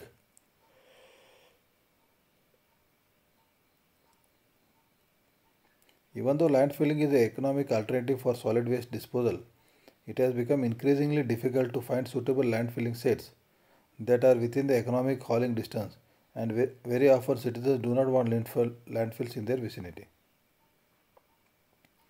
See, landfilling means outside the town there should be some space. But suppose you take cities like big cities like Pune, Mumbai, Bangalore, where you have got space. Land is such a costly commodity there. You can't find land very close by where you can throw this material. Okay, the landfills. You cannot do that. So you have to, now the trucks have to go long distance. Okay. So this becomes very difficult. And people do not want, citizens do not want landfills near their close vicinity, because that emanates a small smell. Okay. And sometimes they catch fire also.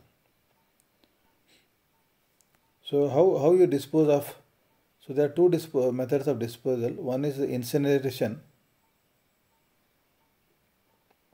Incineration is nothing but burning. Okay, but it is scientific burning, not like open whatever we burn, paper, like that. It's not like that. You will have equipment, suitable equipment where you burn it. Incineration is a process of burning municipal solid waste in a properly designed furnace under suitable temperature and operating conditions. I have seen this incinerator in our diesel loco shed at KR Bangalore. It costed almost 1 crore rupees. There is a big, it has a big chimney also. It was electrical incinerator, and then it has like for the chimney you had a induced draft fan, and then forced draft fan. So lot of temperature controls are there. So it's a very expensive thing. Incineration is a chemical process in which the combustible portion of the waste is combined with oxygen, forming carbon dioxide and water, which are released into the atmosphere. As I said, when you burn this paper, packaging material and all, it will release carbon dioxide, and it is sent to the atmosphere. So because of that, we have to keep bigger chimneys, so that it doesn't affect the nearby people. However, extensive air pollution control equipment and high-level technical supervision and skilled employees for proper operation and maintenance is required. So you cannot send the pollutants into the air. So you should definitely have air pollution equipments also. Okay, and it requires technical supervision as well as skilled employees to operate that equipment. So it is an expensive affair, and most of the people are not having it. And now of late, I think government has banned incineration. Second is vermicomposting. Vermicomposting involves collection of all dead and dry leaves and twigs to decompose and are broken by organisms such as worms and insects, and is finally broken down by bacteria and fungi to form a dark, rich, soil-like material called compost. Vermicomposting is nothing but all this organic material like leaves, vegetables, our leftover food at house, and that is all decomposed by the insects and worms, and finally by bacteria and fungus, and it will form a soil-like material like compost. It is a home composting. You have seen about this composting, na? You dig a pit in your house, some 3 feet pit, and then you put all these things, leftover vegetables, cut pieces of all this organic matter, and then again cover it with mud. So after 1 or 2 months, you will find that all the thing, whatever you kept organic material, it will get converted into like soil, which is known as compost. These organisms in the soil use the organic material as food, which provides them with nutrients for their growth and activities. So what happens, whatever we throw, these vegetables, leftover food, leaves and all, that will be eaten by the bacteria and fungi. Okay, and then that this becomes a food for them, and then they grow. These nutrients are returned to the soil to be used again by trees and other plants. This process recycles nutrients in nature. This soil can be used as a manure for farms and gardens. So this compost, what it becomes, that is a very organic compost, that is organic fertilizer actually. So this organic fertilizer, like vermicompost, what we call, is used in as a manure for your farms and gardens. And now actually latest is this people are planning, like Hubli, now they have planned. They want to set up a power, they want to generate power out of this solid waste. One thing is, whatever the solid waste is their combustible material, they want to separate it from the organic material. And this combustible material, it can be briquetted, it converted into small briquettes and then burnt to produce steam, and then they'll run a small power plant. So this is how they generate electricity. Also they are planning to generate through this solid waste. So they have given contract, and many places that option is now on, because we don't have places to throw all this material. So landfills are not available. So now they are planning for generating power from this landfills. Even the old landfills now, when they decompose, it produces methane.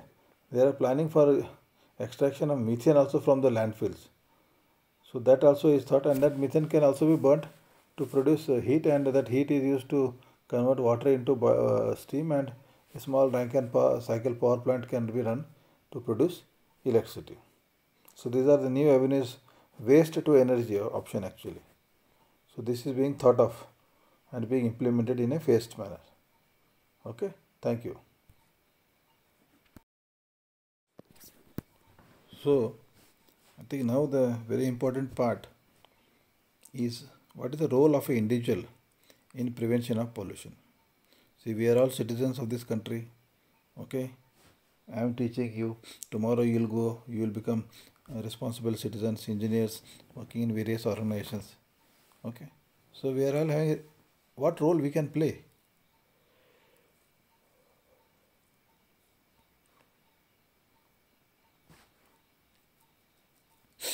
So it is everybody's responsibility to contribute towards a better quality of our environment and human life. Okay.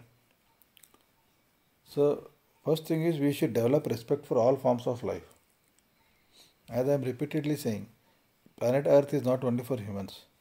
So we have got all sorts of biodiversity, right from mammals, animals, cattle, reptiles, aquatic life, marine life, okay, plants, trees, everything, insects, fungi, everybody has a role to play in this. Secondly, we know that plants and trees are the main producers, primary producers of this ecosystem, and they produce oxygen also, which we are breathing freely.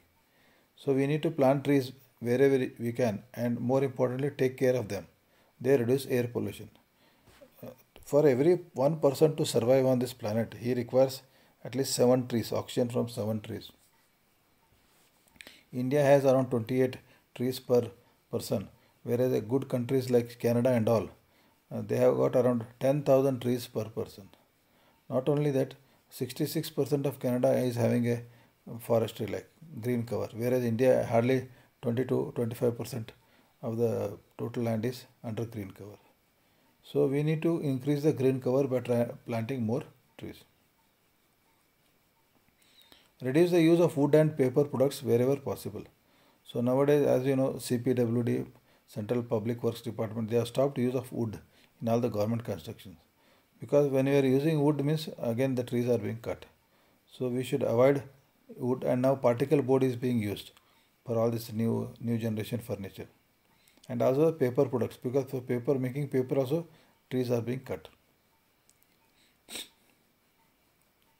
Do not buy furniture, doors, window frames made from tropical hardwoods such as teak and mahogany.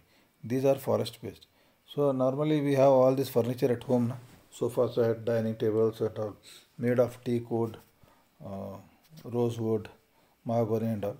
So we should not use, now as I was telling, you should use particle board, that is engineered wood, not original wood. Okay. Reduce the use of fossil fuel by either walking up for short distance, using a carpool, sharing a bike, or using public transport. This reduces air pollution.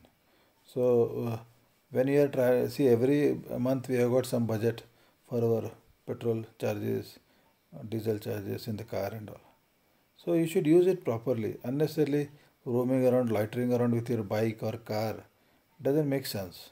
So need-based use should be there. You are all educated people, technical people. So you should understand that every liter of petrol burnt releases almost 3 kgs of carbon dioxide into the atmosphere. Every unit of electricity burnt which you consume, it releases 1 kg of carbon dioxide into atmosphere. So we are responsible for this pollution, but we are not able to see it. Shut off the lights and fans when not needed. So a very simple common sense. If you are not using lights and fans, please shut off and go. In classrooms also, when you leave the class, please put off and go. Even follow it at home also. Don't use aerosol spray products and commercial room air conditioner, air fresheners. See, nowadays actually I think now you have got ozone friendly products of late. They have come. But these old sprays, na, all these sprays and all, they are very dangerous. Air fresheners and all this, they damage the ozone layer. So be careful. But of late I have seen now ozone friendly, eco-friendly products have come. Instead of using use and throw batteries, use rechargeable batteries so that you can use them for a longer period. Otherwise, this all use and throw batteries, they also cause a lot of pollution. Try to avoid asking for plastic carry bags. So better carry your own cloth bag, have some good cloth bag or nylon bag and keep carrying. And don't encourage carrying this once use plastic carry bags. Avoid paper napkins and go for sponges and washable cloth napkins, dish towels and handkerchiefs instead of paper napkins. So don't use throwaway paper and plastic cups and cups when reusable versions are available. So once used material like plastic plates, plastic cups, this should not be used. Use steel cups, steel plates. You can use them a number of times. Wash and use. Recycle all newspapers, glass, aluminum, other items accepted for recycling in your area. See, you have seen in all villages and all the places, these Raddi fellows will come. So sell the newspaper to them. They will recycle it. Even metals also, some steel, aluminum, those people come and collect the material so that it goes for recycling only, not as a landfill. And we can also have a compost bin in our garden or terrace and use it to produce manure for our plants to reduce the use of fertilizers. So in every house you can, whatever food is wasted every day, and the vegetables and fruits that left over or peels, that can be used as a to make compost in your house. That is possible. And do not litter the roads and surroundings. Please understand that environment protection begins with you. So you are a very responsible person. That is why this topic has been included, because it should not be a storytelling business. People should understand this. As I was telling, to maintain this ecosystem, to maintain this environment and all habitable for man, we have to take care of the environment. Thank you. So now we shall look at some case studies of this accidents due to certain industrial accidents which have caused a lot of harm to the environment.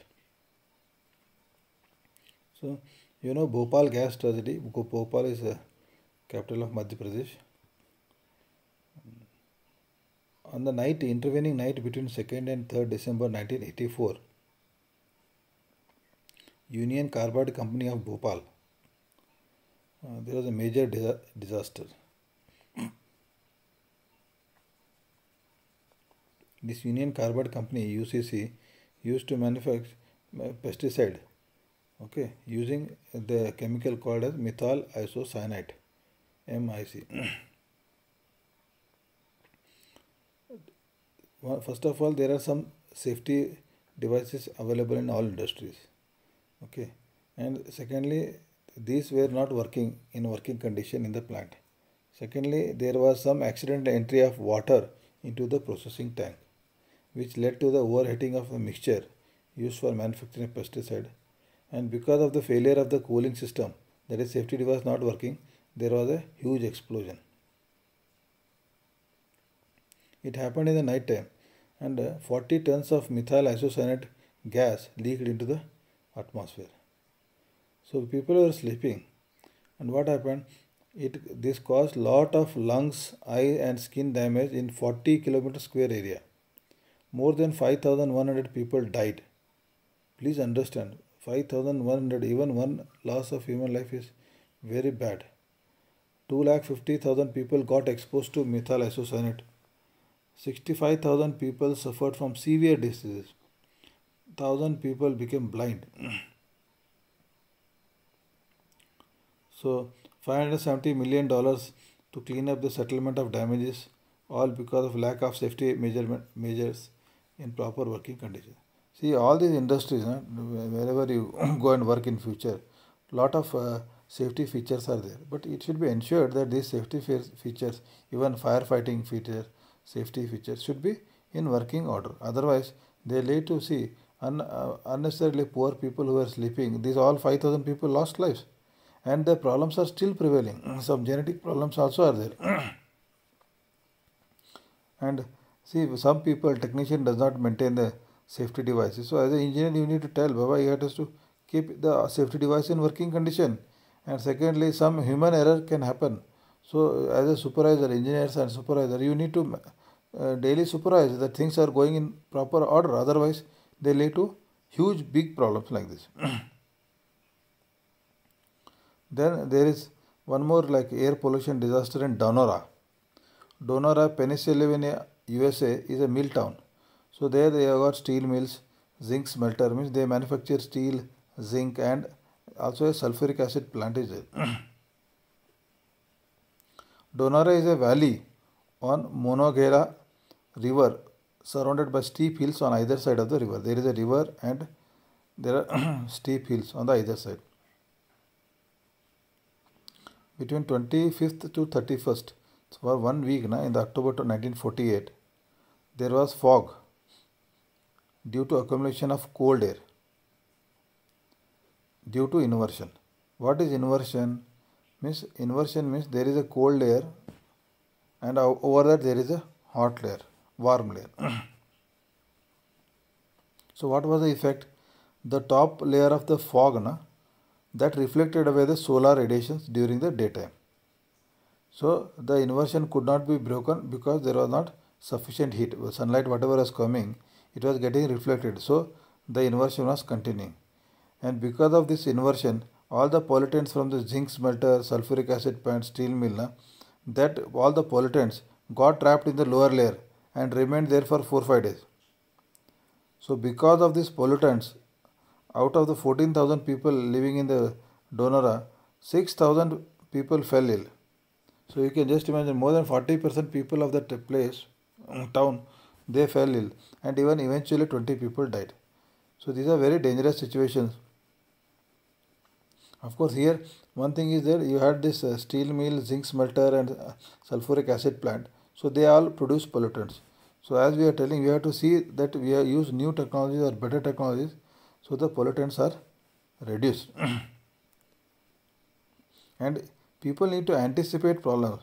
It is not that once the problem happens, then we will act on that. No, this is called firefighting. So you should always have preventive measures and keep a watch on the pollution levels.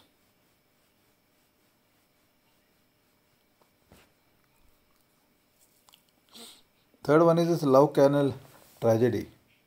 Love Canal was built by William Love in the suburb of Niagara Falls, New York. Okay, he built a canal. Then it was later dug up and used as a dump. As we are talking about this sanitary landfills, so they are used as a dump. And what they are dumped there in the steel drums, they have dumped the chemical waste by a company called Hooker Chemicals Corporation. So for almost 1942 to 53, some 9 years, this all the chemical waste they have put in the steel drums, and then they have under the earth they have dug the earth and put these drums like a landfill. These chemical drums are kept there.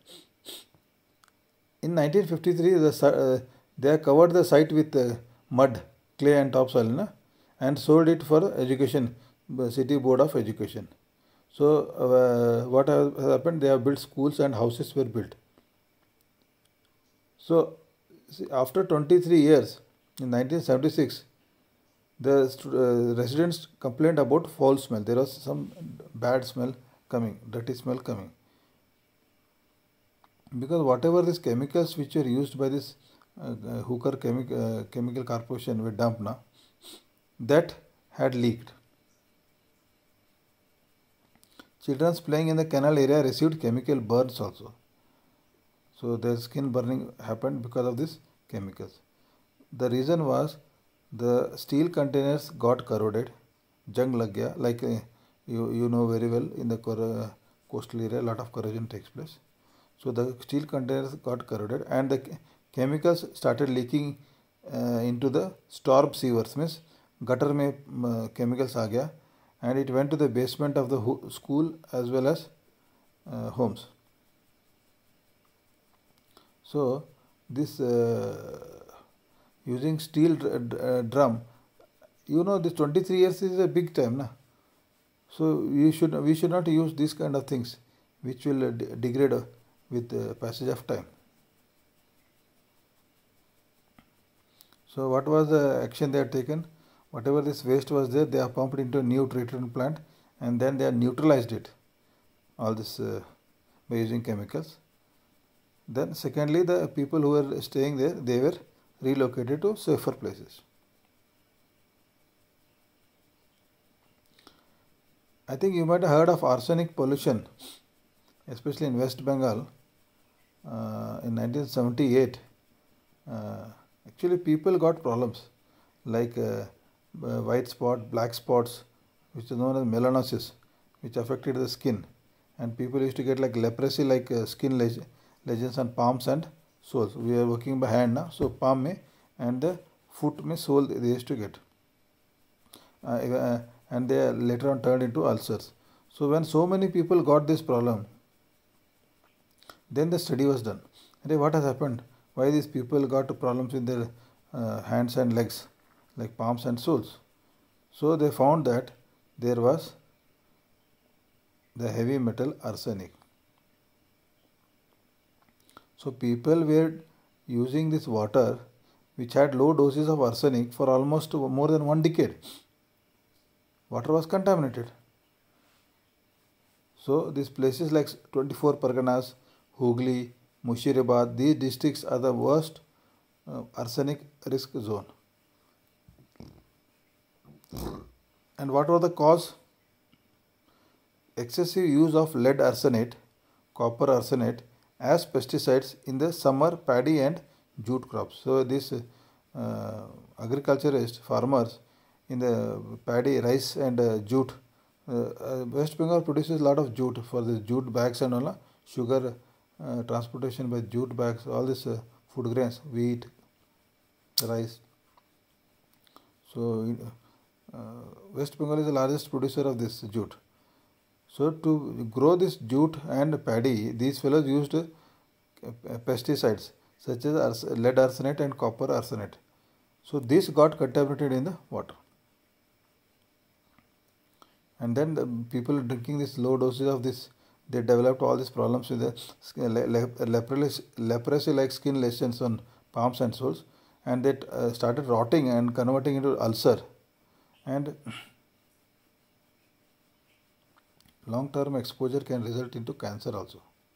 So people started boycotting these beggars because they think that, oh, isko kuch leprosy ho gaya. So short-term remedy, contaminated tube wells in the state are being painted red, whereas safe water tube wells are painted green for the use of people. Thereafter, they studied. So water analysis was done for all the tube wells, bore wells, where people are using this drinking water, and the good one were painted green, and the danger ones were painted red, where they had arsenic, because that this pesticide got into the water table and they contaminated the water. So they were painted, and now people are not using those red ones. And lastly, we look at the very famous in the earlier Russia. There is a place called Chernobyl, where there is a nuclear power plant. The worst nuclear disaster which happened on 26th April 1986 in Chernobyl, Ukraine. Now it is in Ukraine. The power plant designed to produce 1000 megawatt electrical energy was working continuously for 2 years. Okay, and it was shut down on 25th April for normal repair work. But there is a proper procedure for shutting down this nuclear power plant also. These people shortcut methods by using shortcut methods to reduce time. Due to faulty shutdown process, there was a severe explosion. So what was the severity? 1000-ton steel concrete lid blew off. The fire started. Temperature rose to 2000 degrees centigrade, and there are a lot of fuel and radioactive debris. See, this Russia or Ukraine, that was a communist country. Even now it is a communist country. So they did not disclose all the details. So the people are like in India or other countries, democratic countries, media plays a big role. But in this communist countries like China, uh, Russia and all, there is no much freedom for the press and media. Hence, all the details were not known, but there was a huge disaster because of faulty shutting down process, which led to a severe explosion, and the entire that reactor, it blew off. The reactor lid blew off, and there was fire and very high temperatures. So this has caused lot of damage to the people in the adjoining areas, not only for that particular day, for many years to come. Hence, we should be very careful when you are discharging our duties as professional engineers. So safety is very important. All the procedures, whatever are laid down, we have to be followed meticulously, scrupulously, and you should not use any shortcut methods. Okay. Thank you.